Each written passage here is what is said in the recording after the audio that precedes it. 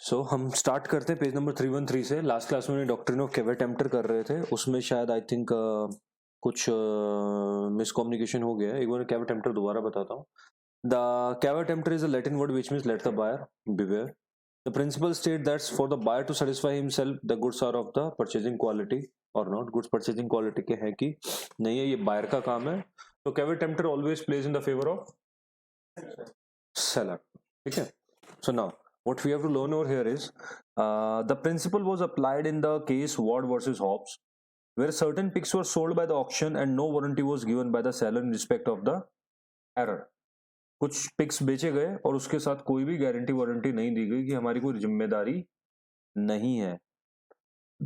The buyer paid the price for the healthy picks, but they were ill and all but one died of typhoid fever. They also infected some of my own, that's buyer's own pigs. It was held that there was no implied warranty or condition of the pigs, so it was a buyer duty to satisfy himself about the pigs. Same case में आगे और बताऊंगा, एक और वही same case हो रहा है कि इन केस अगर सेम सिमिलर कंडीशन का दूसरा केस होता है। क्लियर? तो अगर इस केस में शायद लास्ट क्लास में मैंने आपको ये बोला था कि it will be buyer's liability, but उसमें my statement was there. Let me remind you what I said in the last class कि इन दिस केस मैंने इम्प्लाइड वारंटी का वर्ड यूज नहीं किया था। इन केस अगर मैं आपसे पिक्स खरीदता हूं, दे कंटेन सर्टेन टाइफॉइड, मैं आप पर रिलाई कर रहा हूं, मैंने आपको बोला कि मैं आपसे कुछ खरीद रहा हूं, मैंने प्राइमरी चेक कर लिया, जो मैंने लास्ट क्लास में आपको बताया था वो अलग केस है, ये अलग केस है, मैं बता देता हूं। What I told you in the last class, the case was कि मैंने आपसे कुछ पिक्स खरीदे, आपको भी नहीं पता और मुझे भी नहीं पता, ये कंडीशन थी, एंड देन हमने प्राइमरी चेक कर लिया, प्राइमरी चेक से मुझे उनका टाइफाइड फीवर पता नहीं चला और आपने वो पिक्स मुझे बेच दिए। इन दिस केस ये वर्ड यूज नहीं हुआ था कि मैं आपको इम्प्लाइड वारंटी दे रहा हूं। इम्प्लाइड वारंटी मतलब मैं आपकी स्किल्स पे रिलाई कर रहा हूँ, एक्सेट्रा एक्सेट्रा, कुछ भी नहीं था ऐसा, राइट? हमने खरीदे, एक प्राइमरी चेक करने से अगर पता नहीं चला कि वो टाइफाइड है, ऑब्वियसली हम नो डॉक्टर नहीं है, तो प्राइमरी चेक से पता नहीं चलता तो उस केस में बायर की रिस्पॉन्सिबिलिटी नहीं है। बट इस प्राइमरी चेक से पता नहीं चलता उस केस में भी अगर सेलर ने एक लाइन लिख दी है, I am not at all responsible, मैं इन पिक्स के यहां से जाने के बाद रिस्पॉन्सिबल नहीं हूं, वो इसने कौन से लाइन में लिखा? इसने लिखा where the pics were sold by auction and no warranty was given by the seller in respect of any fault और एरर ऑफ डिस्क्रिप्शन। अगर ये लाइन ना होती तो इन दैट केस लायबल कौन होता? अगर ये लाइन है तो सेलर ने कहा मैं बाय लायबल नहीं, बस इतनी सी लाइन से डिफरेंस हो रहा है। तो लास्ट क्लास जब हमने केस पढ़ा था तो I did not read this line, ऐसा हम फ्यूचर में केस करेंगे इस टाइप का। क्लियर है? अगर सेलर ने वारंटी दे दी तो, या उसने वर्ड लिखा ही नहीं तो, अज्यूम करते हैं साइलेंट है, साइलेंट है, सेलर लायबल होगा, साइलेंट है तो सेलर लायबल है, क्योंकि सर प्राइमरी चेक कर चुका हूं मैं, प्राइमरी चेक से पता। मैंने एक और योगर्ट का भी केस बताया था, दही का, है ना? तब उसमें वो सर कैसे ढूंढ सकते हो कीड़ों को? आप मैग्नीफाइंग ग्लास लेके तो नहीं जाते दही खरीदने, आप पैकिंग खोल के नहीं देख सकते आप, if it's a packed one. So sir अगर सेलर ने बोल दिया मेरी कोई लायबिलिटी नहीं है, तो उस केस में सेलर की कोई लायबिलिटी, अगर साइलेंट है और वो खराब निकला तो सेलर लायबल होगा। Is that clear? So again, let's start again class for today. Let the buyer beware concept. Doctrine of caveat emptor कहता है कि बायर खुद अपने आप को सेटिस्फाई करे, सेलर की कोई लायबिलिटी नहीं होती है, बट मेक श्योर सेलर इस चीज को मेंशन करे। बट इस केस की कुछ एक्सेप्शंस भी है। पहली एक्सेप्शन है where the seller fall make any fraud, जब सेलर जानबूझ के कोई सच को छुपा रहा है। दूसरा where the seller actively conceal, that is जानबूझ के छुपा रहा है। पहले वाला झूठ बोलता है, दूसरा वाला है सच छुपा रहा है। तीसरा वाला है when the buyer rely upon the skills of the seller, buyer ने एक सैरेडोन का एग्जांपल दिया था, buyer rely on the skills of the seller. And चौथा where the goods bought by description, एक ऑयल का एग्जांपल दिया था, ऑयल कि अगर आप जिस पर्टिकुलर ऑयल में डील करते हो obviously you can not drink and check the oil, याद है? तो ये चार एक्सेप्शन थी। फिर मैंने बताया passing of property of the ownership और ट्रांसफर ऑफ ओनरशिप सेक्शन 1820, इसमें थर्ड में आपको प्रॉब्लम है, दोबारा बताता हूं। Right of the third party, हम इसमें पढ़ क्या रहे हैं? We are understanding that who is the owner, owner किस वक्त या किस टाइम पे कौन ओनर होना है, केस कौन कर सकता है। तो ओनरशिप के कुछ अधिकार राइट्स पढ़ रहे हैं। पहला, the right of third parties में depend upon passing of the property. The right of third party में depend upon the passing of the property. If the buyer resell the goods to the third party will only obtain the good title if the property in the possession of the goods passed to the buyer before the time of। मैंने आपको example दिया था पंखे का, एक तो examples लिख लिया करो, बहुत क्लियर से एग्जांपल था, बहुत बड़ी कोई प्रॉब्लम वाली चीज नहीं है। पेन चलाओगे तो दिक्कत नहीं आएगी। मैंने एग्जांपल आपको ये दिया था कि suppose if I bought 10 fans from the Bhagirath palace market in the Chandni Chowk Delhi, और मैं उसको रिटेल में लाके if I am selling over here, ठीक है, बट एक कंडीशन है उसमें, अगर मैं एजेंट हूं तो बेच सकता हूं। अगर ये फैन मेरे हैं ही नहीं, अभी तक ये फैन मेरे नहीं है, कैन आई सेल इट? मैंने बेच दिए फिर भी, whether the buyer will be getting the good title और नॉट। आई रिपीट, फैन लेके आया, मेरे नहीं है वो, सेलर ने कहा था कि मैं जब बोलूं तभी बेचना, अभी तक बेचना नहीं, रख लो अपने पास। क्लियर? मैंने वो फैंस सेल करने हैं, can I sell it? No. If I still do, seller ने मना किया था मत बेचना, मैं तब भी बेच रहा हूं, whether the buyer will get a good title or not, ये लिखा है। अच्छा, दूसरा इसमें vice versa, if seller says you can sell it and then I sell it, whether the buyer will get a good title or not। Sir property आ गई है, property आ गई है, सेलर ने बोल दिया बेच सकते हो आप, he will give the good title। तो आपने थर्ड लाइन में ये लिखा है, before I pass the risk to the third buyer I must get the good title. मतलब तीसरे आदमी को देने से पहले मेरा जो हक है वो क्या होना चाहिए? गुड होना चाहिए। क्लियर? अब बढ़े आगे। Passing of property in specific goods, ये पढ़ चुके हैं या नहीं? ये बहुत अब थ्योरी रहेगा, थोड़ा सा एग्जांपल्स लिख लेना please. Okay, passing of property in specific goods क्या कह रहे हैं, सुनिए। In a sale of specific और असर्टेन गुड्स, हमें पता है कौन से होते हैं ये। The property in them pass to the buyer as and when the parties intend to pass. तो स्पेसिफिक गुड्स में टाइटल कब पास होता है? जब पार्टी चाहती है तभी। भाई मैंने स्पेसिफिक करके बोल दिया कि आपका सामान है, तो आपका, मुझे आपको नोटिस देना पड़ेगा ना, then only it will be yours. आगे, the intention must be gathered from the terms of the contract. और इंटेंशन कैसे पता चलती है कि आपका हुआ या नहीं हुआ? टर्म्स कंडीशन से कॉन्ट्रैक्ट की। Unless a contrary intention appear, the following rule shall apply। अगर आपका कॉन्ट्रैक्ट साइलेंट है तो नीचे लिखे हुए रूल्स चलेंगे।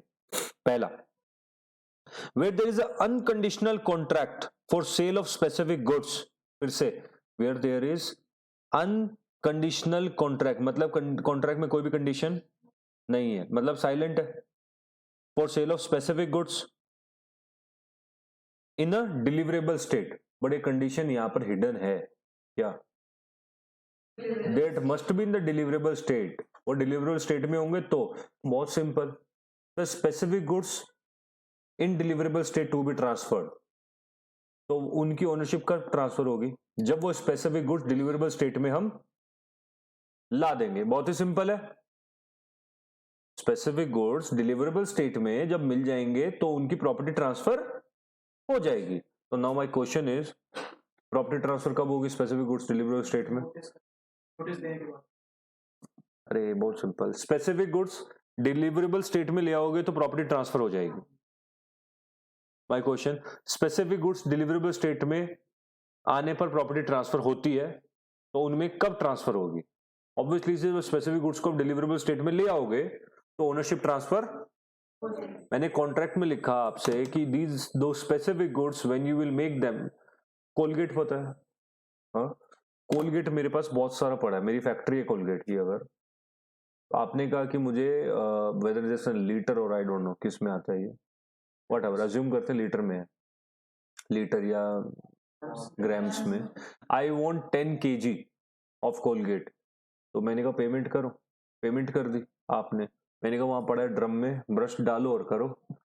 Is it marketable right now? वो नहीं है। दैट मीन्स वो कब होंगे सेलेबल कंडीशन में? जब उस स्पेसिफिक, अब उस कोलगेट में क्या स्पेसिफिक करोगे आप? कोलगेट इज कोलगेट, तो आपने उसको स्पेसिफिक बनाया, but must make them deliver, मतलब यूजेबल स्टेट में। ट्यूब में डालो, पैक करो, डब्बे में डालो तब, और डब्बे में डालने के बाद आग लग गई, किसकी प्रॉब्लम है? डब्बे में डालने से पहले ड्रम में आग लग गई, आधा ड्रम में आधा ट्यूब में है। सर अगर डिपेंड करता है प्रेजेंस किसकी, हाँ डिपेंड करता है सर प्रेजेंस किसकी, सेलर की प्रेजेंस में दोनों खड़े हैं। अरे वो आधा आधा मतलब वैसे भाईचारे वाला नहीं, लॉ में बताओ। ट्यूब में होगा तो बायर की वजह से ड्रम में होगा। चलो ठीक है, सेलर खड़ा है, बायर नहीं खड़ा। जितना भी ट्यूब में है वो बायर, जितना ड्रम में है वो सेलर। बस सिंपल ऐसा डिलीवरेबल स्टेट में ला दिया तो मेरा है, उससे पहले आपका है। एंड ऑब्वियसली नोटिस तो हिडन है, नोटिस मतलब इंप्लाइड है कि नोटिस तो ऑब्वियसली होना ही चाहिए। आप अपने घर में ट्यूब में भर भर के रख दे तो मुझे क्या पता सर, जब तक आप मुझे नहीं बताओगे हाउ वुड आई नो कि हुआ या नहीं हुआ। वो इंप्लाइड है कि पता होना चाहिए मुझे। क्लियर? अब रीड करके देखो आप। Where there is an unconditional contract for the sale of specific goods in deliverable state, the property in the goods passes to the buyer when the contract is made. Deliverable state means such a state that the buyer, deliverable state means such a state. Deliverable state means such a state that the buyer would be bound to take the delivery of the goods. मतलब deliverable state मतलब क्या हो गया कि अपनी जो बात हुई थी जिस कंडीशन में, उसमें the fact that the time of delivery or the time of payment of postponement does not prevent the property from passing once. मतलब डिलीवरी दी नहीं है आपने, देखो the fact that the time of delivery or time of payment is postponed does not prevent the ownership. समझ आया? आपने मुझे 10 दिन बाद पेमेंट दी या 10 दिन पहले दे दी और डिलीवरी में आज दे रहा हूं और आज आग लग गई, इससे कुछ फर्क पड़ता है क्या? पेमेंट क्राइटेरिया है।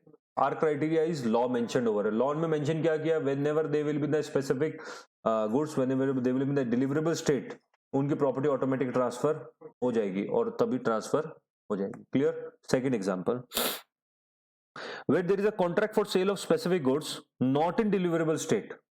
उल्टा, contract of sale of goods not in deliverable state, that is seller has to do something to the goods to put them in deliverable state. Packing कह सकते हैं हम, कुछ करना है उसको अभी, ठीक है। The property does not pass until seller do that and buyer has a notice of that. ठीक है। ऑयल वाला एग्जांपल बताता हूं मैं। सपोज मुझे आपसे ऑयल लेना है, ठीक है। कास्क में ऑयल फिल किया जाता है, लकड़ी के जो होते हैं। तो मैंने आपको बोला कि मुझे 50 कास्क, 50 ड्रम बोलते हैं अपनी लैंग्वेज में हम, 50 कास्क या ड्रम मुझे चाहिए। तो मेरे पास एक बहुत बड़े टैंकर के अंदर ऑयल पड़ा है। एट प्रेजेंट टैंकर में आग लग जाए, किसकी प्रॉब्लम? सेलर। सेलर को मैंने पैसे दे दिए, I have paid you 1 lakh rupees for the 50 cask, और मैंने कहा ये अब इसमें से 50 कास्क ऑयल मेरा है इस वक्त से, just put them in the cask. आग लग गई, सेलर, क्योंकि लास्ट लाइन क्या थी? Just put them in the cask. अभी तक वो डिलीवरेबल स्टेट में आए नहीं थे, आपने डिलीवरेबल स्टेट में डाल दिए कास्क में, ठीक है, और मुझे नहीं बताया अभी तक, आग लग गई, मुझे बता दिया। कॉमन सेंस समझना पड़ेगा अब आपको। 25 में डाला, 25 में नहीं डाला, 25 सेलर के 25 और मैंने बताया नहीं भाई, नोटिस नहीं है, सब कुछ सेलर। 25 में डाला बट नोटिस मैंने 10 का दिया, बायर की 10 की, बाकी सबकी सिंपल है, ठीक है। आगे नेक्स्ट आगे बढ़ते हैं। तो ऑयल एग्जांपल पढ़ो, नीचे लिखा हुआ है, नीचे लिखा है where a certain quantity of the oil was bought, the oil was to be filled in the cask by the seller and then take away by the buyer.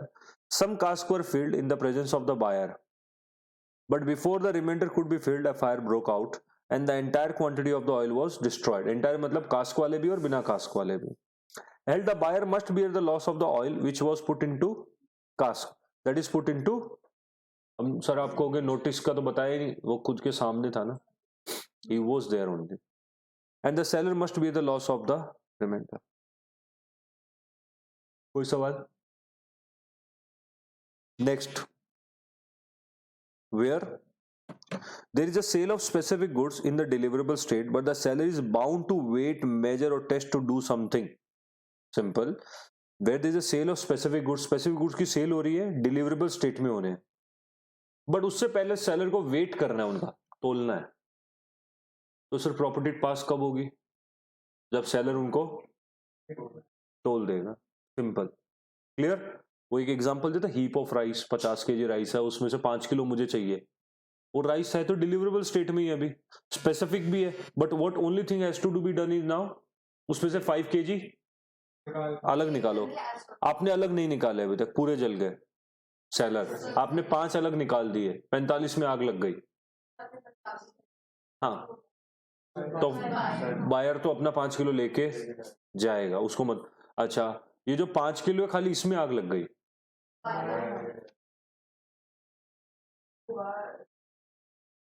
होगा ही नहीं, साइलेंट होगा ही नहीं वो। मतलब आपसे एग्जामिनर को पंगे नहीं लेने, आप दुश्मन नहीं हो उनके, वो आपसे सवाल पूछना चाहता है, आपकी किताब पढ़ के आपकी नॉलेज देखना चाहता है, ना कि वो आपसे पंगे लेना चाहते हैं कि साइलेंट कर दिया, अब करते रहो, तुम क्या करके दिखाओ। ठीक है, केस स्टडी बेस एग्जामिनेशन नहीं है हमारा। आगे, where there is a sale of specific goods in the delivery basis, but the seller is bound to wait, measure or test to do something with the reference to the goods for the purpose of ascertaining the price, then the property in the goods passes to the ascertain the price does not pass until such act or thing is done and the buyer has notice of it. When the goods are deliverable to the buyer on approval or sale return basis, then property passes to the buyer. बहुत simple, आप बताओ कि goods जो है वो कब दिए गए? गुड्स जो है सेलर को दिए, आपने क्या किया? सेलर को, बायर को गुड्स दिए, मैंने आपको 10 साड़ी दी कि आप इसको अपनी दुकान पे सेल करो, बड़े कंडीशन के साथ। आपने कहा कि बिकी नहीं तो वापस ला दूंगी मैं। 7 दिन का समय लिया आपने, कितना कि 7 दिन। एक वो अकाउंट्स में नहीं पढ़ते थे सैंपल अप्रूवल वाला, सेल्स और सैंपल लेके गया, ठीक है। तो क्या आप सैंपल में मुझसे कुछ कपड़े लेके गए, क्या वो आपके हो गए? Are you the buyer right now? Don't look at the book, normal, मतलब देख लो, मुझे उससे इश्यू नहीं है, बट अभी एक बार लॉ नहीं पढ़ रहे हैं। सिंपल, आपने मुझसे सेल्स अप्रूवल बेसिस पे सामान लिया, तो क्या वो आपका हो गया? आपका नहीं हो। बट आपने ट्राई किया, आपकी वो 10 साड़ियां थी, आपने उनको बेच ही दिया। आप तो सैंपल लेके गए थे कि दिखाने के लिए, बट आपने उनको बेच दिया, मुझे नहीं बताया, मुझे अभी तक नोटिस नहीं, आपने मुझे ये रिप्लाई नहीं किया कि sir these saris belongs to me now, आपकी headache, I am the owner, आपने नहीं बोला। कायदे से सैंपल सेल में आप ओनर कब बनोगे?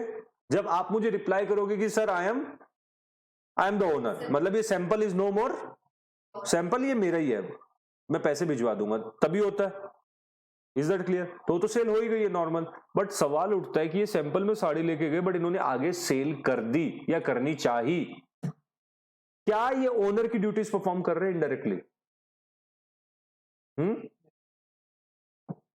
कर रहे हैं इनडायरेक्टली। अगर ओनर की ड्यूटी परफॉर्म कर रहे हैं तो ये क्या बन गए? ओनर, चाहे इन्होंने मुझे बोला या नहीं बोला।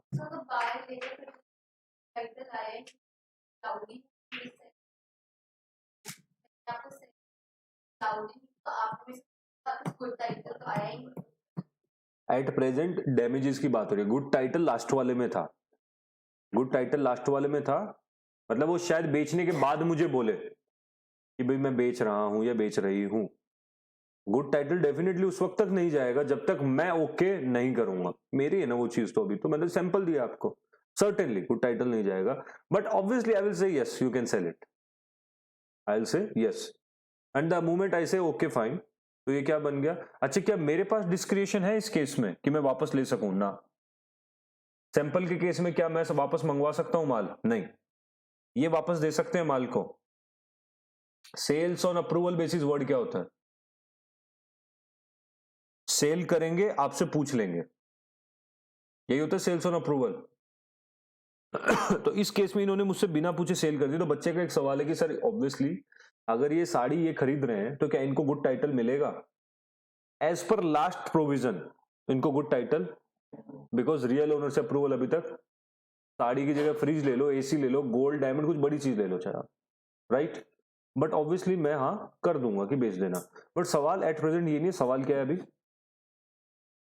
कि डैमेजेस किससे होंगे, ओनर कौन होगा, ओनरशिप की बात हो रही है। तो इन दिस केस अगर उन्होंने ट्राई किया कि साड़ी बेच दूं मैं या बेच दी, इम्प्लाइड ओनरशिप उन्होंने, मैं इंप्लाइड ओनरशिप एक्सेप्टेंस हो चुकी है। What is implied acceptance? अगर इन्होंने मुझे नहीं बोला बट इन्होंने वो साड़ी सेल कर दी, इसका मतलब ये इंप्लाइड एक्सेप्टेंस मान चुके हैं कि ओनर मैं हूं। अब वो साड़ी डैमेज हो गई, ये अंदर से खराब निकली, हु विल बी लायबल? इसमें बायर की ओनर की 1, 2 और 3। 3 तो 3 का क्या लेना देना भाई, वो इनोसेंट पार्टी है।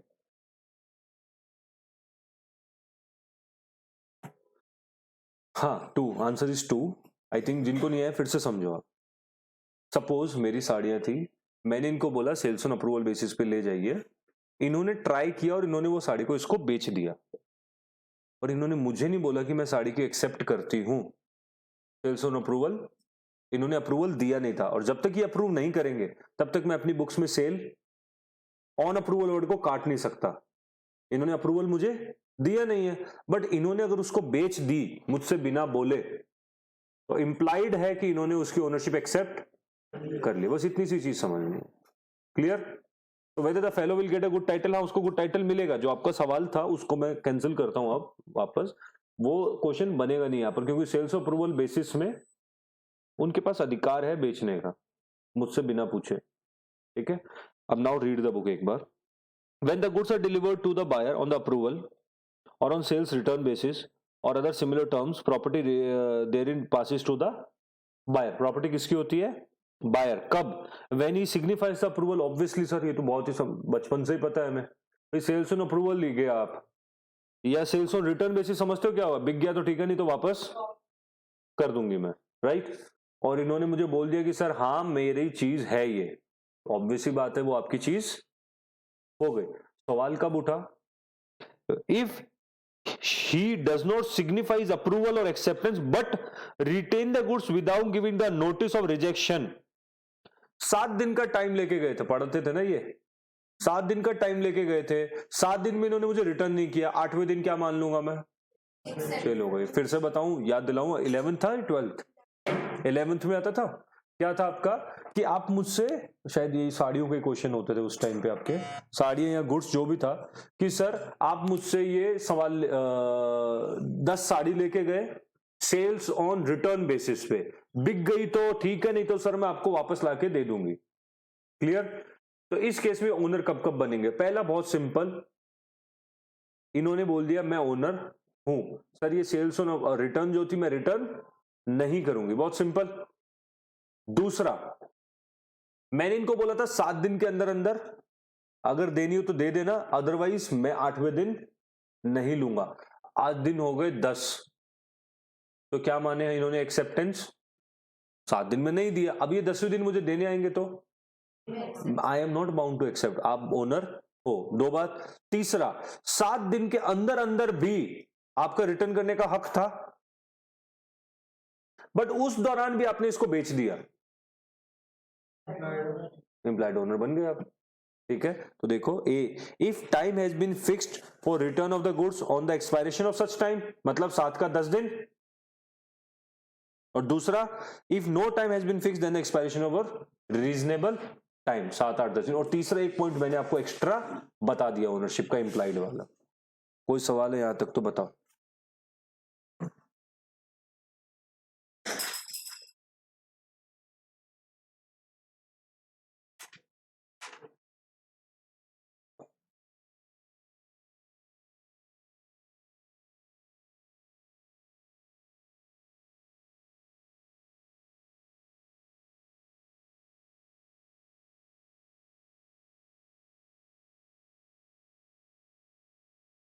थोड़ा सा तो देखो टफ तो है, मतलब डाइजेस्ट करने में थोड़ा समय लगेगा इन चीजों को, तो यू कैन डाइजेस्ट। कोई भी सवाल है तो पूछ लो आप मुझे।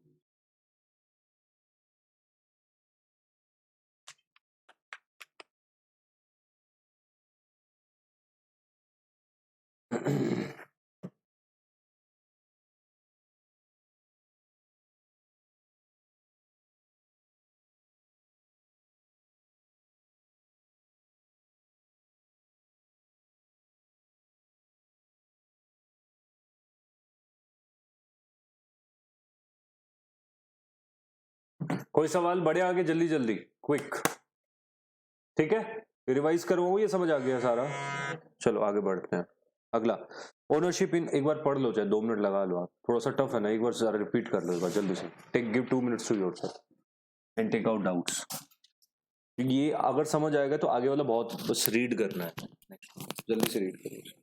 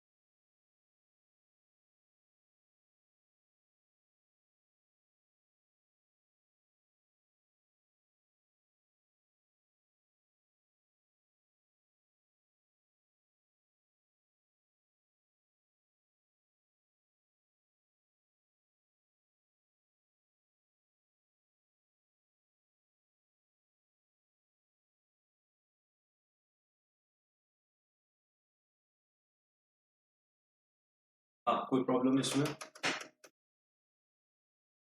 Last, any problem? बड़े आगे अनअसर्टेन गुड्स में आते हैं। अनअसर्टेन गुड्स में क्या कहा जाता है? The property in unascertained goods, the property in unascertained और future goods does not pass until the goods are ascertained. Sir obvious सी बात है, प्रॉपर्टी अगर आपको, आपने एक टेलर को सूट स्टिच करने के लिए दिया तो प्रॉपर्टी कब पास होगी आपको? ऑब्वियसली पहले तो सूट तो आने दो, सूट एग्जिस्टेंस में आएगा और मुझे वो इन्फॉर्म करेगा कि सर सूट आ गया ले जाओ, तो ओनरशिप ट्रांसफर होगी ना। तो फ्यूचर गुड्स की ओनरशिप तो obviously let the goods come into existence. पढ़ते हैं। The property in the, okay, the unascertained goods are the goods defined by description, for example 100 quintal of wheat and not goods identified and agreed upon to the contract is made unless the different intention appear, the following rules shall apply। अब जब तक अगर कुछ अलग से नहीं लिख दिया आपने तो नीचे लिखी हुई चीजों को माना जाएगा। पहला, प्रॉपर्टी इन अनअसर्टेन और future goods sold by description passes to the buyer when the goods of that description are in a deliverable state, are unconditionally appropriated to the contract, either the seller with the assent of the buyer or the buyer with the assent of the seller. Such assent may be expressed or implied etc before appropriation is made। Simple। अगर uncertain goods है और उनको आपने deliverable state में लाके, मतलब 50 kg heap of rice है, uncertain पड़ा है अभी भी, इसमें से आपने 5 किलो निकाल के और बोरे में पैक कर दिया, तो ये क्या हो गए? Ascertain and deliverable state। obviously I should have the notice of that, buyer must have notice, और उसकी अब रिस्क किसका है? बायर का। Simple, right? एग्जांपल्स लिख लेना सारे, मेक श्योर, या छोटा मोटा ही लिखता रहो, वीट एंड वो सब लिखते रहो। दूसरा, if there is a sale of quantity of goods out of large quantity, for example 50 quintal of rice out of a heap of rice in B's godown, the property will pass on appropriation of specified quantity by one party with the assent of another। Same दोनों में बता दिया मैंने आपको। अगर packing होना है उसको तो पैकिंग पे, और अगर कोई चीज पैकिंग नहीं होनी है, दोनों में डिफरेंस क्या है फर्स्ट और सेकंड में? फर्स्ट वाले में कोई चीज को डिलीवरेबल स्टेट में लाना है, सेकंड को डिलीवरेबल स्टेट में नहीं लाना है। अगर डिलीवरेबल स्टेट में लाना है तो क्या करना पड़ेगा? अनअसर्टेन गुड्स में, अनअसर्ट में पहले उनको असर्टेंड करो और फिर उनको डिलीवरेबल स्टेट में लाओ और बायर को हो गया। दूसरा, अगर आपको पैकिंग नहीं करनी तो अनअसर्टेन गुड्स को खाली क्या करना है? असर्टेंड एंड नोटिस, किसकी होगी ओनरशिप? बायर। तीसरा, delivery by the seller of the goods to the carrier. समझते हो क्या होता है ये? ट्रक, कोरियर, ट्रक वाला। ठीक है, delivery by the seller of the goods to a carrier और other buyer for the purpose of transmission to the buyer in pursuance of a contract is an appropriation sufficient to pass the property in the goods. Simple क्या हुआ sir, मैंने truck वाले को 50 KG wheat वहां पर load करवा दिया और ट्रक निकल चुका है रास्ते में, तो इसका मतलब मैंने तो डिलीवरी कर दी, गुड्स इन ट्रांजिट है ये भी, मतलब मेरी डिलीवरी मेरी तरफ से हो चुकी है। Then next, the property in goods whether specified और unascertained, the property in goods whether specified or uncertain does not pass if the seller reserve the right of disposal। समझो, अगर वो ट्रक एक दोनों के लिए लगेगा, ये डी पॉइंट ऊपर जितना भी हमने पढ़ा उस सब के लिए, if the seller reserve the right of disposal, मतलब सेलर ने उस ट्रक वाले को ये बोल दिया था कि जब तक मैं ना बोलूं तब तक आप ये गुड्स बायर को नहीं देने हैं, कोई चीज रहती होगी, इन this case who is the owner still, उसने ट्रक में लोड कर दी है, उसने एक राइट रिजर्व रख लिया, समझ आया, चाहे स्पेसिफिक हो चाहे अनअसर्टेन हो, कोई सा भी हो, but if seller reserve the right of disposal, समझ से एंड में खत्म करने का, तो उस केस के अंदर प्रॉपर्टी ट्रांसफर होगी कि नहीं? नहीं। एग्जाम्पल लिख लो,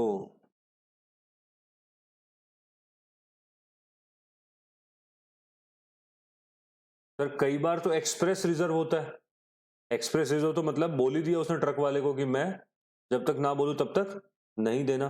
कुछ इंप्लाइड रिजर्व्स भी होते हैं, इंप्लाइड वर्ड समझते हो क्या होता है? ऑब्वियस, जो बोला नहीं गया, क्या क्या इंप्लाइड? पहला, वेयर गुड्स आर शिप्ड और delivered by the railway administration carriage etcetera and by the bill of lading etcetera, goods are deliverable to order of the seller agent, मतलब वो जो मैंने आपको एग्जांपल दिया था कि रेलवे में आपने गुड्स चढ़ा दिए, पर जब तक मैं नहीं बोलूंगा तब तक रेलवे आपको उनको हैंडओवर नहीं करेगा, राइट? तो अभी तक वो गुड्स किसके हैं? मेरे, सेलर के।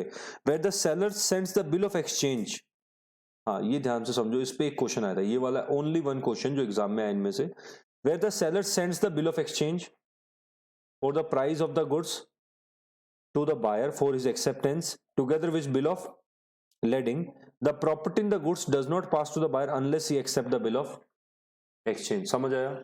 बिल ऑफ एक्सचेंज पता है क्या होता है? तो भाई मैंने आपको बिल्टी पता है, सुना है किसी नाम बिल्टी? Bill of lading, invoice, transit invoice, कुछ भी ले लो आप, रसीद जिसको बोलते हो, इससे नीचे नहीं जा सकते हम। रसीद जो होती है, ये इनवॉइस, बिल्टी, व्हाटएवर, वो जो मालिकाना हक का टाइटल है, आपने यहां से ट्रक में रवाना कर दिए गुड्स को, ट्रक जाएगा पंजाब या फिर किसी दूसरे स्टेट में, रेलवे में मैंने चढ़ाए हुए, रेलवे रिसीट है मेरे पास, तो रेलवे वाला आपको तभी वो गुड्स देगा अगर आप उनको वो मालिकाना हक, रेलवे रिसीट की कॉपी दो। सर उसको कैसे मिल जाएगी? वो मैं यहां से उसको कोरियर कर दूंगा, क्लियर, या फोटो भेजूंगा, वो प्रिंट आउट निकाल लेगा, क्लियर है? तो जब उसको वो मिलेगी, वो रेलवे एडमिनिस्ट्रेशन को वो दिखाएगा और वो अपने गुड्स को रिलीज करवा लेगा, बट साथ में मैंने ना एक बिल्स ऑफ एक्सचेंज भी भेज दिया है अपने लिख के कि भाई तुम मुझे 10,000 रुपए 3 महीने के बाद इन गुड्स के, मैंने गुड्स भेजे हैं तुम्हें, इसके बदले तुम 10,000 रुपए मुझे दोगे, बट आपने वो बिल्स ऑफ एक्सचेंज साइन नहीं किया अभी तक, तो आपको property in the goods transfer, तो ये तो गलत बात है, मतलब बायर के साथ तो घाटा हो जाएगा ये, ठीक है? बायर के साथ हमेशा ही घाटा होता है, ठीक है? तो कोई बड़ी बात नहीं, क्लियर? बायर लूपहोल निकाल लेगा इसमें, बायर तब तक साइन नहीं करेगा जब तक गुड्स वहां पहुंच ना जाए, फिर गुड्स अगर सही सलामत पहुंच गए, रेलवे में कंफर्म कर लिया, तो वो कहेगा ये लो साइन, ठीक है? ये हो जाएगा, बट कंडीशन लगा देता है सेलर इस केस में।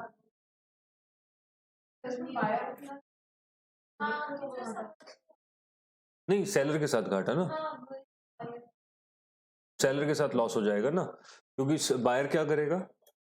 बायर एंड डे तक साइन नहीं करेगा, बायर एंड बैंड डे तक साइन नहीं करेगा तो लॉस किसके हाथ में होगा? उसने एक लूपहोल निकाल दिया बायर ने, ठीक है। तो अब घाटा किसका इसमें? सेलर का लॉस हो गया। क्लियर?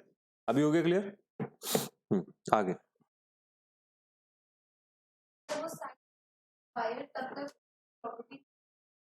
हाँ, ट्रांसफर नहीं होगी उसके नाम पे।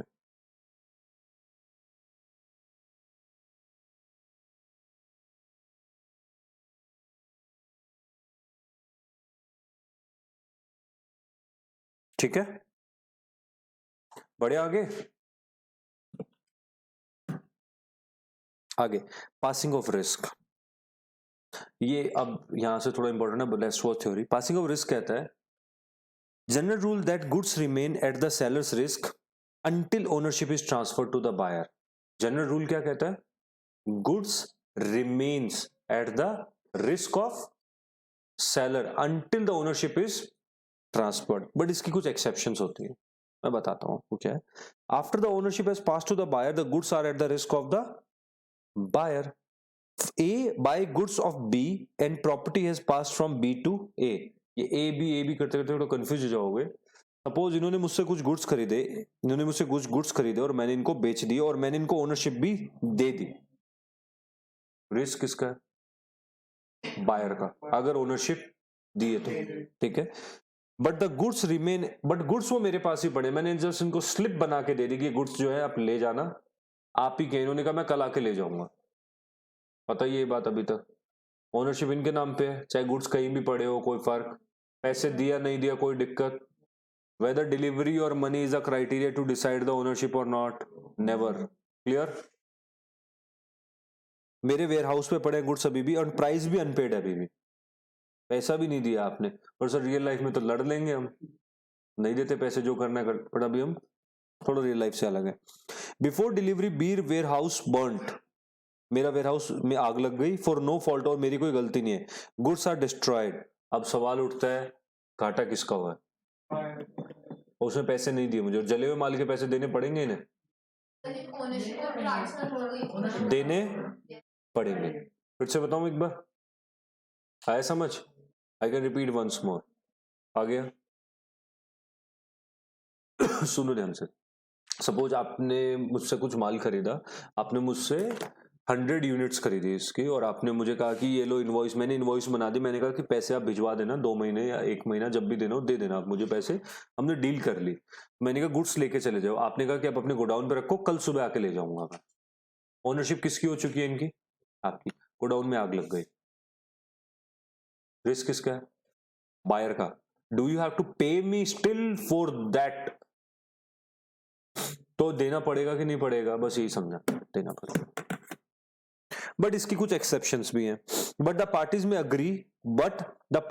Agree that risk will pass at the different from the time when ownership pass. मतलब sir is it possible, can there be a situation that ownership passes at different time and risk passes at different time? Ownership कभी और risk कभी और, ऐसा हो सकता है?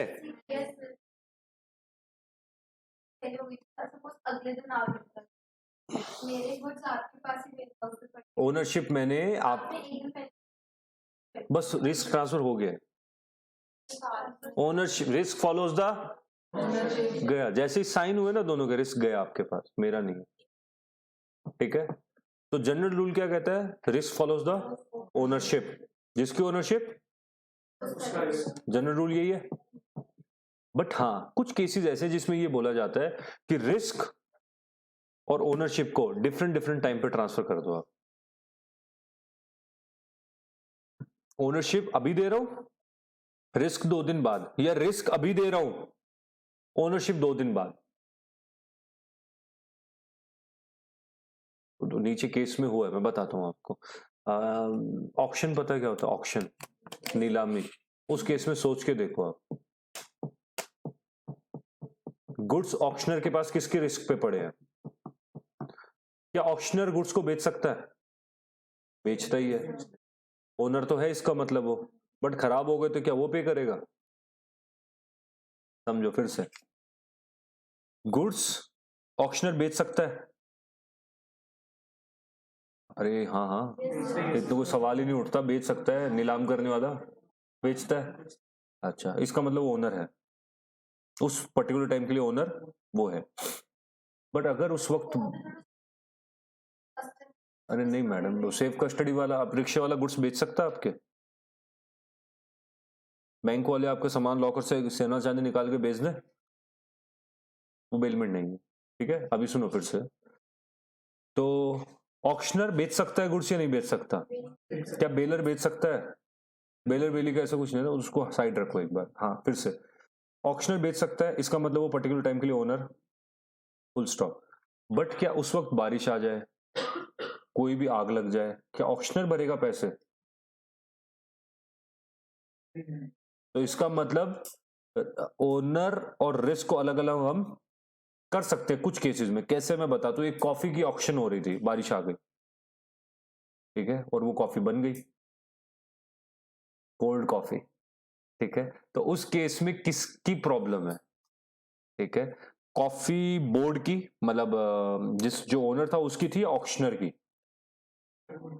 अभी सपोज किसी ने खरीद भी लिया, जिसने खरीद लिया उसकी जिसने खरीदा है उसकी रिस्क है, ठीक है। तो ये सारे सवालों के जवाब नीचे पढ़ते हैं, आ जाओ, ठीक है। Okay, but the parties may agree that the risk will pass at the time different from the time when ownership passes. For example, a seller may agree to be responsible for the goods even after the ownership is passed to the buyer or vice versa. कई बार होता है, कई बार होता है ना, मैं आपको ये बोलता हूं कि ये ले जाओ आप, एक हफ्ते तक खराब हो जाए, टूट जाए, कुछ भी हो जाए, वापस ला देना, मेरा है ये। तो इसका मतलब एक हफ्ते तक ओनरशिप तो चली गई आपके पास, बट रिस्क उस एक हफ्ते के दौरान भी मेरा ही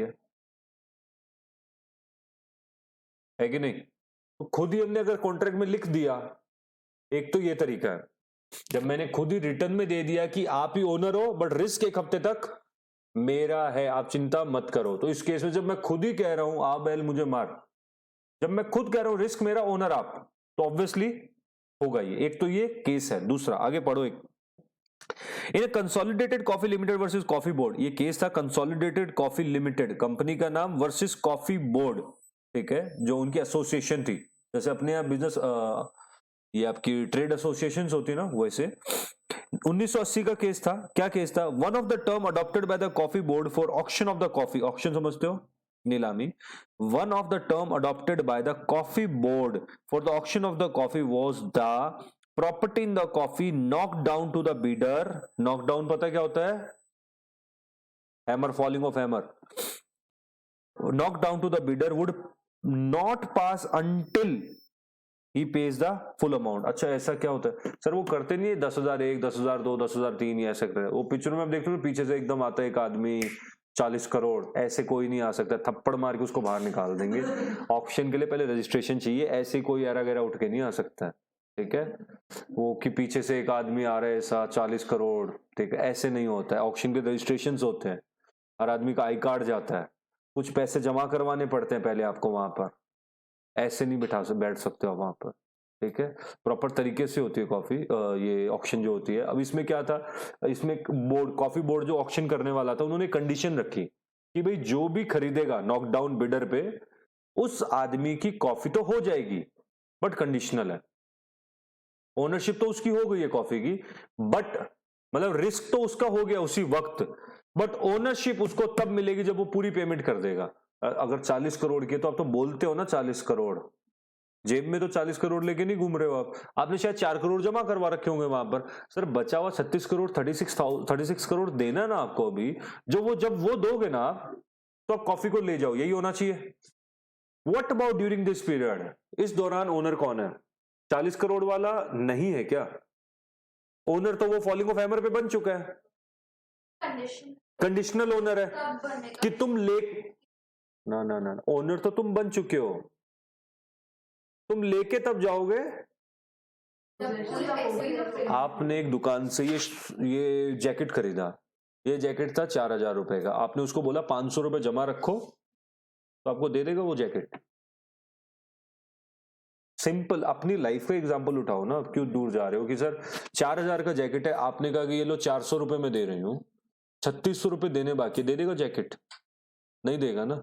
उस केस में वो क्या कहेगा कि पहले 36 जमा करवाओ और ये लेके जाओ।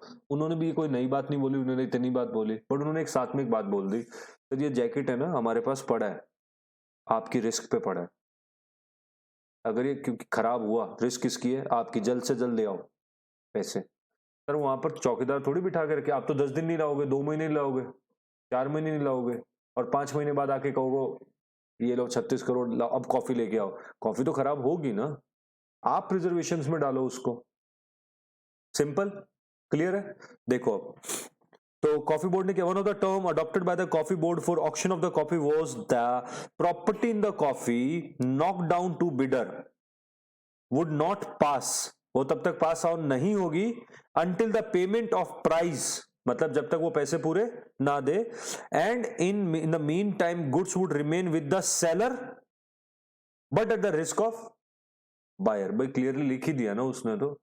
इन such cases risk and the property passes at different time. बताइए, ओनरशिप तो आपकी हो गई है, बट रिस्क तो आपका हो गया है, बट मालिकाना कब आपको पूरा अभी मिला नहीं, आपको थोड़ी ले जाने दे देगा वो पूरा। क्लियर है? ये लिख लेना एग्जांपल। दूसरा, मुल्तान में Champalal versus Shah and company का केस था। ये ऑब्वियसली नाम से पता चल रहा है 1970 और इंडिया का केस है, ये मैसूर का केस है। ये goods were dispatch by the seller from the Bombay to Bellary, Bellary एक जगह है उधर से, Bombay to Bellary through the public carrier, truck के through. According to terms of the contract goods were to remain property of the seller till the price was paid. Simple, goods किसके होंगे? जब तक सेलर के, जब तक उसके पूरे पैसे ना मिल जाए, but risk was to pass to buyer when they were delivered to public carrier. But risk कब मिल गया उसको? जैसे ही ट्रक में डाला, रिस्क किसका है? रास्ते का रिस्क किसका है? बायर का। बट उसको पूरी ओनरशिप कब मिलेगी? तो इस केस में रास्ते में खराब हुआ तो बायर का। क्लियर? तो इसने पहले तो मुल्तान मल ने उठा लिया।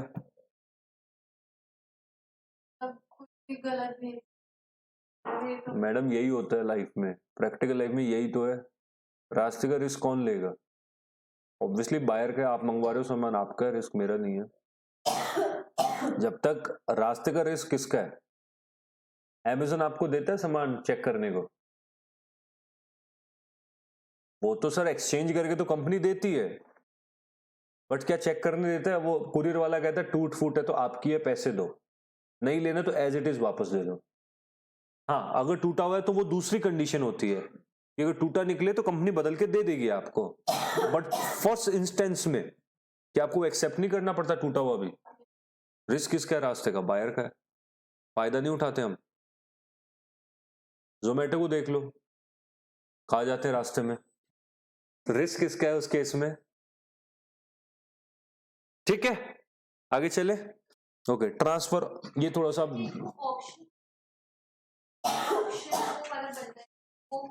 एक तो वो ये वो हटा के एक लाइव एग्जांपल बनाते हैं।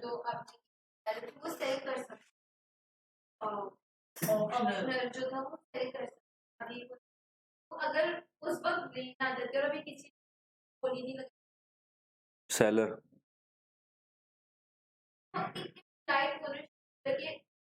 वो सेल करने का बहुत सिंपल सी बात है, मैं आपको समझाने का एक सिंपल सा तरीका है मेरे पास। आप ऑक्शनर हो, ठीक है, आपको कॉफी बेचनी और 10 करोड़ की कॉफी के लिए आपको ऑक्शनर बना दिया, बारिश आ गई, कॉफी खराब हो गई, आप बियर करोगे लॉस? वो अपने आने पर नहीं। आई हैव कॉट, आपको समझाने का बहुत सिंपल तरीका है, आपके ऊपर एग्जांपल डालो, ठीक है, करोगे बियर आप, ये आप किसको कहोगे उसके लिए? मैं तो जा रही हूं, ठीक है, उल्टे का ऑक्शनर उस दिन आने का अपना सैलरी लेगा कि नहीं लेगा? वो कहेगा मेरी, सर मैं यहाँ टेंट थोड़ी लगवाऊंगा वाटर प्रूफ, मेरी 5,000 रुपये मुझे तुम दिन के दे रहे हो, कमा कोई और रहा है, खरीद कोई और रहा है, खरीद के बेच के कोई और कमाएगा, मैं क्यों बियर करूं? तो सवाल ऑक्शनर का तो उठ ही नहीं रहा है, सवाल किसका किसका उठ रहा है? सेलर और बायर का। आपने कहा बायर अभी तक कोई बना ही नहीं है, तो जो भी आदमी ओनर है उसका रहेगा ना। कोई और सवाल? डन है, आगे बढ़े। Title transfer of title by the person not the owner. क्या कभी ऐसा हो सकता है कि एक आदमी जो ओनर नहीं है वो ट्रांसफर कर दे? No, in general rule a person who is owner can pass a better title. No one can pass a better title than he himself has. एक लाइन होती है, no one can pass a better title than he himself has. Sir मैं अपने से अच्छा title दे ही नहीं सकता हूं, ये एक सवाल आता है, राइट? तो आगे देखो,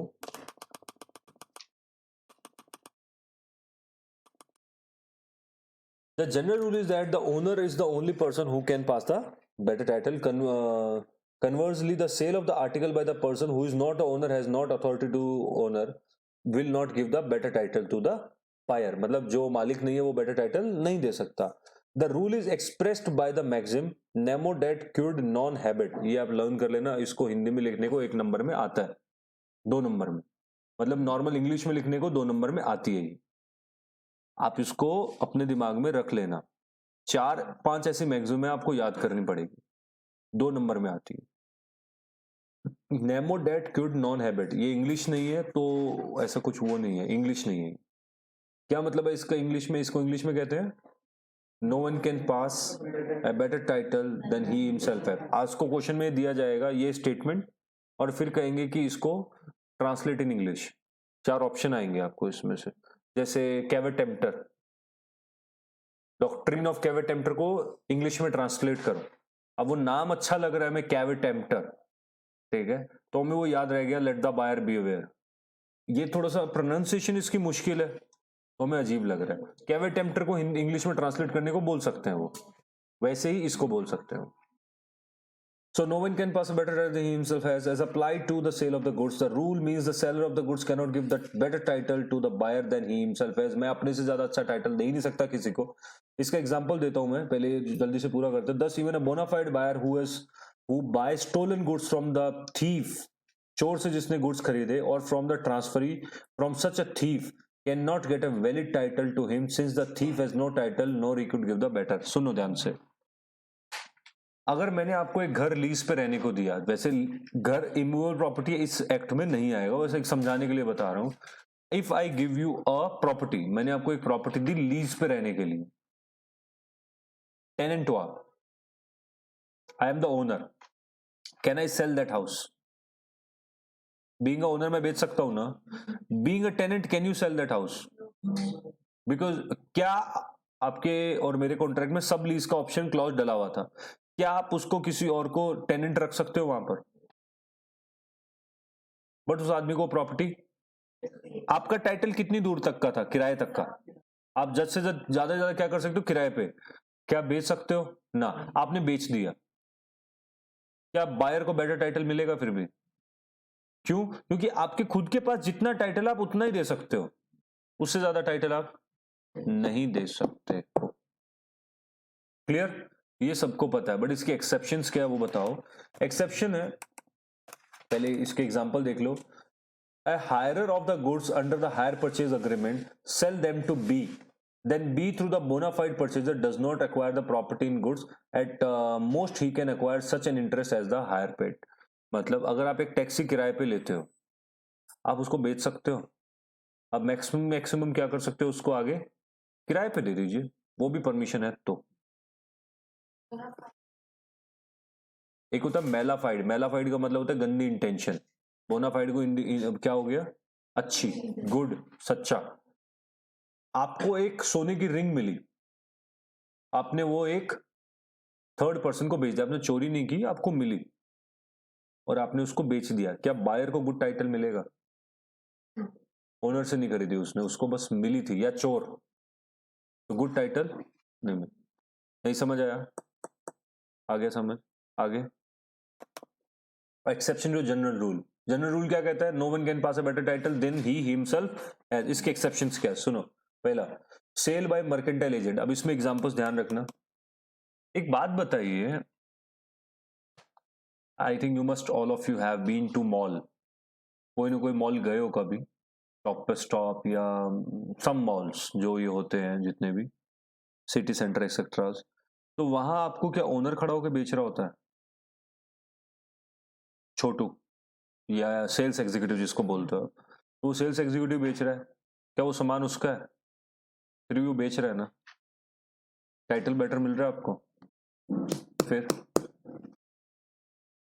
बट उसको ओनर ने ऑथराइज, तो can I say mercantile agent, authorise mercantile agent still not a owner still can give you the better title. और जो सेल्समैन होते हैं वो ओनर तो नहीं होते, ओनर तो नहीं है ना सेल्समैन, क्या आपको बेटर टाइटल दे सकते हैं? वो देते ही तो है। मेंटली आ जाओ भाई क्लास में, कहाँ घूम रहे हो? Salesman does not have a salesman is not a owner but still he gives the better title. Then next,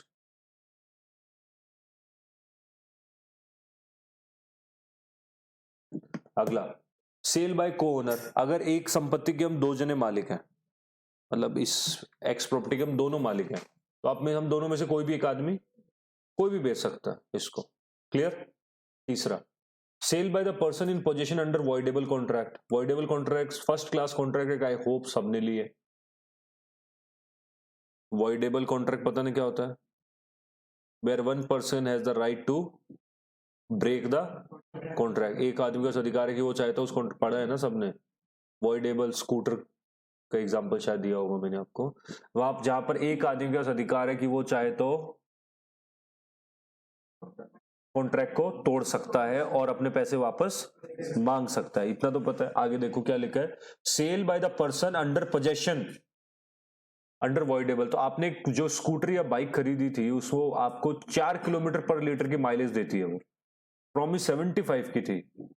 will you go to showroom and say that पैसे वापस दे, बाइक रख ले अपने? क्या आप उस कॉन्ट्रैक्ट को तोड़ना चाहोगे? इसमें इतना सोचना पड़ेगा।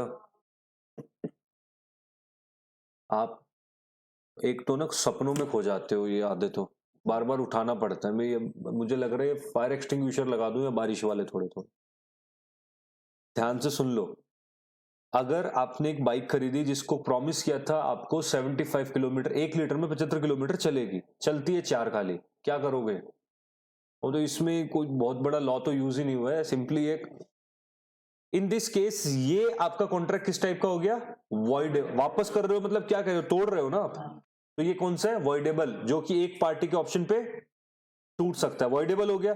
नाउ आपके पास वो बाइक खड़ी है, मैंने वो बाइक देखी, मैंने कहा ये बाइक मुझे 1 लाख रुपए में दे दे। आपने तो कॉन्ट्रैक्ट तोड़ दिया था, इसका मतलब आप ओनर नहीं रहे, आपने अपनी तरफ से तोड़ दिया ना। आपने खरीदी थी 98 में, बट उसकी स्कैरसिटी है बाइक की, वो कई बार होता है ना डिलीवरी पे भी मिलती नहीं है, और डिलीवरीज आई हुई है। आपने कहा मुझे 1 लाख में दे दे, आपने गलती बता दी, उसने कहा फिर भी 1 लाख में दे दे, मैं ठीक करवा लूंगा अपने आप। आपने बेच दी, क्या उसको बेटर टाइटल मिलेगा? मिलेगा, बिल्कुल मिलेगा। क्यों नहीं मिलेगा? आपने करी है ना, शोरूम वाले ने तो नहीं करी अभी तक। उसने तो, आपने जैसा अपना इंटेंट दिखाया। मैंने बोला है कि मैं ये बाइक वापस दे रहा हूं, पैसे दे वापस। शोरूम वाले ने तो पैसे नहीं दिए ना आपको अभी तक।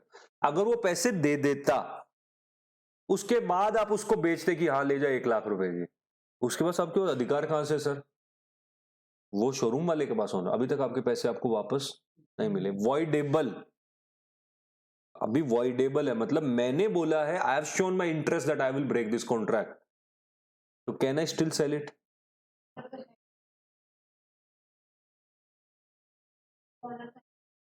एक डिस्प्यूटेड ओनर है, एक तरफ से मैं तोड़ चुका हूं, मैंने अपनी ओनरशिप छोड़ दी है, बट अभी तक शोरूम वाले ने एक्सेप्ट नहीं किए। वो एक्सेप्ट कर नहीं रहा, मैं उससे पहले वापस ले लेता हूं, ये ले, राइट? अगला, sale by the seller in possession after sale. Sale by the seller in possession after sale. देखो, sometimes a situation is there, कई बार ऐसी सिचुएशन होती है, मैं बताता हूं क्या। Sale by the seller in possession after sale, इसको समझो। एक छोटा सा एग्जांपल, बड़ा फनी होगा बट समझाने के लिए देना पड़ेगा। सपोज आपने गुलाब स्वीट्स के अंदर सामने अपने हल्दीराम या कोई भी जो स्वीट्स है, आपने उनको 25 kg स्वीट्स ऑर्डर की, ठीक है, उन्होंने बना दी, आपने कहा शाम को 5 बजे आऊंगा लेके जाऊंगा। ये पकड़ो 5,000 रुपये नगद पहले एडवांस, और बाकी के बचे हुए 20,000 मैं बाद में दूंगा। 5 क्या 8 बज गए, आप आए नहीं। दूसरा दिन सुबह भी हो गया, आप आए नहीं। क्या वो इस 5,000 के बदले अपनी 25,000 की मिठाई को खराब होने दे? क्या करेगा वो? बेचो। बेचो। अब पढ़ के देखो हेडिंग क्या लिखा है।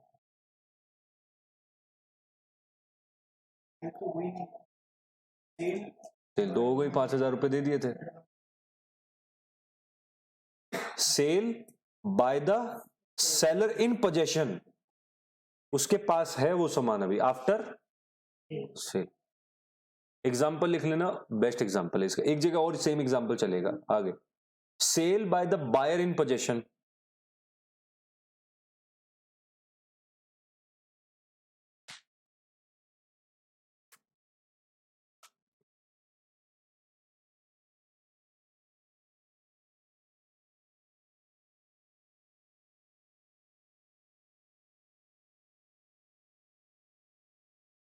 चले जल्दी जल्दी लिखो।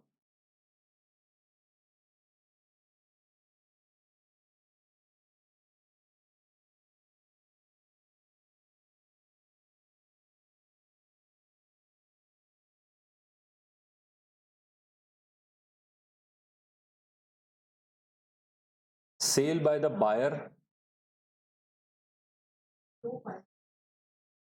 अब हमारा पता, हमारी परेशानी कहाँ आती है? हमारी परेशानी आती है कि वो 5,000 रुपये का क्या होगा। ठीक है, अरे वो जो भी होगा अगले की प्रॉब्लम है, हमें पूरी कहानी कैसे समझाई जाए?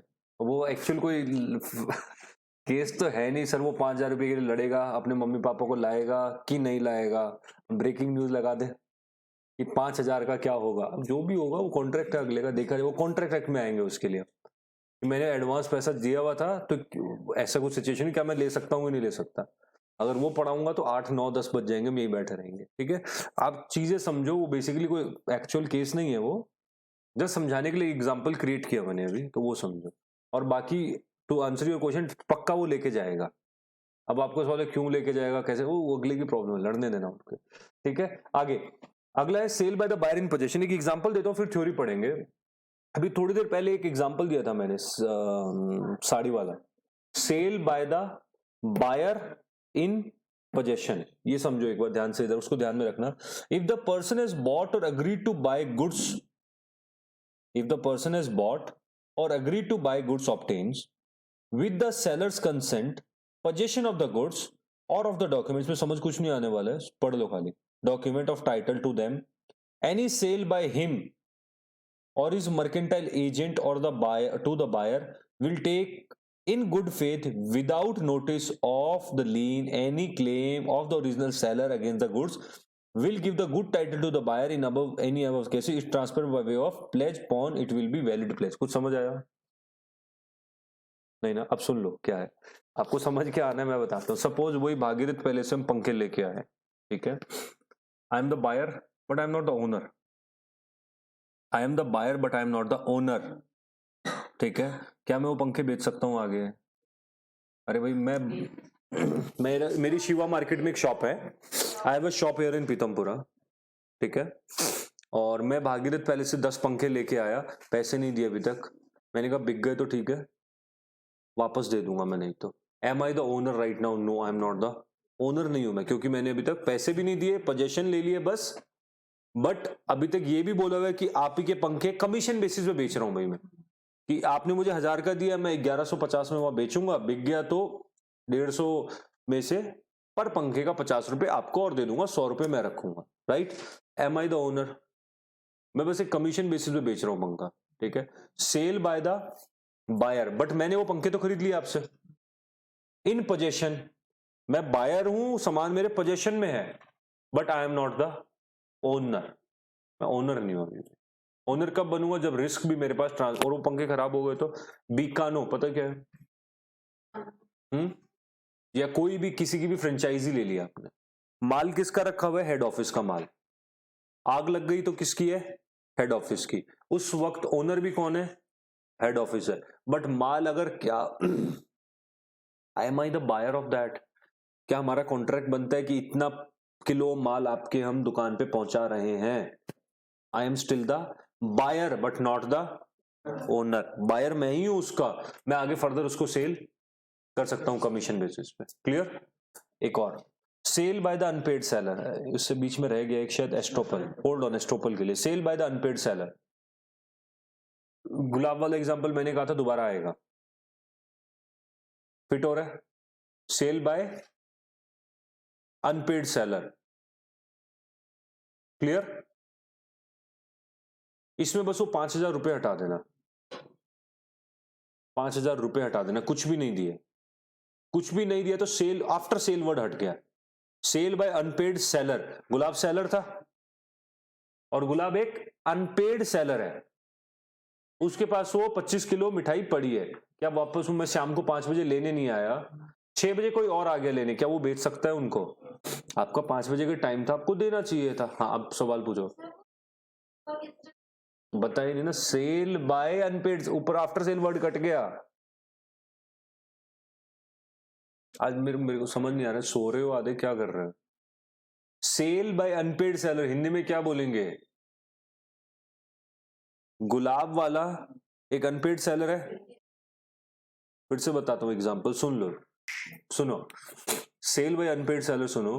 गुलाब वाले को मैंने बोला 25 केजी स्वीट्स तैयार कर दो, मैं शाम को 5 बजे आके ले जाऊंगा, मैंने पैसे नहीं दिए, he said okay fine I will give, ठीक है? बट अभी गुलाब वाला क्या है? ठीक है, मैं 5 बजे नहीं गया, आप पहुंच गए 5 बजे, क्या वो आपको, आप पहुंच गए 6 बजे, क्या वो 6 बजे आपको बेच सकता है? पूरी लाइन क्या हुई है? सेल बाय अनपेड सेलर, कोई मुश्किल है अभी? और पहले वाले में अलग थी बात, sale by the seller, unpaid word नहीं था क्योंकि कुछ पेड था उसको, sale by seller in possession after 5,000 ले चुका था ना वो, तो दोनों एग्जांपल लिख लेना, थोड़े टफ है चीजें, लिख लेना एग्जांपल्स। चलो आगे चले, sale by the person under other laws, ठीक है, ये सिंपल है। इसमें ये कहता है कि सर मान लो आपका सामान इनकम टैक्स डिपार्टमेंट ने, अभी ये विजय माल्या की गाड़ियां वाड़ियां बिकी थी ना, विजय माल्या का सामान बिक रहा है, गवर्नमेंट बेच रही है, गवर्नमेंट ओनर तो नहीं है उसकी, फिर भी बेच रही है ना, कैसे? लॉ में सर आपने गड़बड़ की थी, आपके घर पे रेड पड़ी, बहुत सारा ऐसा सामान पकड़ा गया, बेच सकता है government, income tax department, GST department, आप गवर्नमेंट की ड्यूज नहीं पे कर रहे हो, can government sell your whatever is there in your custody, बेच सकती है, तो sale under other laws by the government. एक पॉइंट रह गया, एस्टोपल। पार्टनरशिप किस किसने पढ़ा है मुझसे अभी तक? एक रतन टाटा वाला एग्जांपल याद है? याद है क्या था?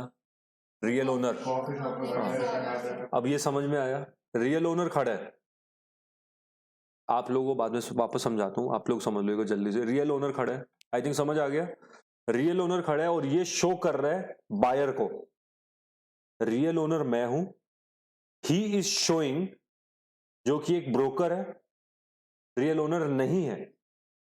मिस्टर एक्स जो खरीदने आया है सामान, ये मिस्टर एक्स को शो कर रहा है एज इफ ये रियल ओनर है, बट ये नहीं है, और मैं रियल ओनर हूं और मैं सामने खड़ा खड़ा देख रहा हूं, मैं उसको रोक नहीं रहा हूं, ठीक है? तो वो क्या माना जाएगा? ओनर बाय एस्टोपल, क्योंकि रियल ओनर ने उसको स्टॉप, ओनर बाय एस्टोपल, और गुड टाइटल जाएगा। क्लियर? हाँ, now you can ask me the question, आज हम इसको वाइंड अप करेंगे।